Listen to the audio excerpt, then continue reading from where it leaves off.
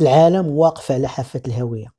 في واحدة من أخطر التطورات العسكرية في هذه السنوات الأخيرة، الولايات المتحدة الأمريكية وجهات ضربة عسكرية مباشرة داخل الأراضي ديال إيران، وهذه الخطوة تعتبر تصعيد غير مسبوق وتقدر تشعل المنطقة كاملة. مصادر دولية كتأكد باللي الهجوم كان دقيق ومخطط ليه بعناية، واستهدفوا من خلاله مواقع حساسة. وهذه واش مجرد رسالة ردع لوجهات أمريكان لإيران، أو لا بداية ديال مواجهة مفتوحة ما بين جوج ديال القوى العسكرية اللي عندهم ترسانة عسكرية ضخمة؟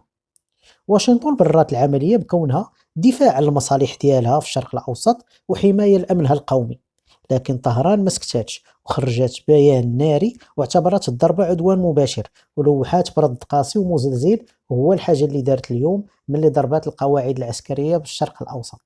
دابا العالم كله في حالة ترقب، واش أسعار النفط غتطلع، واش الأسواق كلها غتهتز. والخبراء دابا كيهضروا على سيناريوهات اللي تقدر توصل لمواجهة إقليمية واسعة. يعني الشرق الأوسط نقدروا نشوفوا فيه حاليا اشتعال ديال الشرارة ديال الحرب تقدر تجر معاها الخضر واليابس. الساعات الجاية غادي تكون حاسمة، وأي قرار من القوى الكبرى يمكن يقلب الموازين فجأة.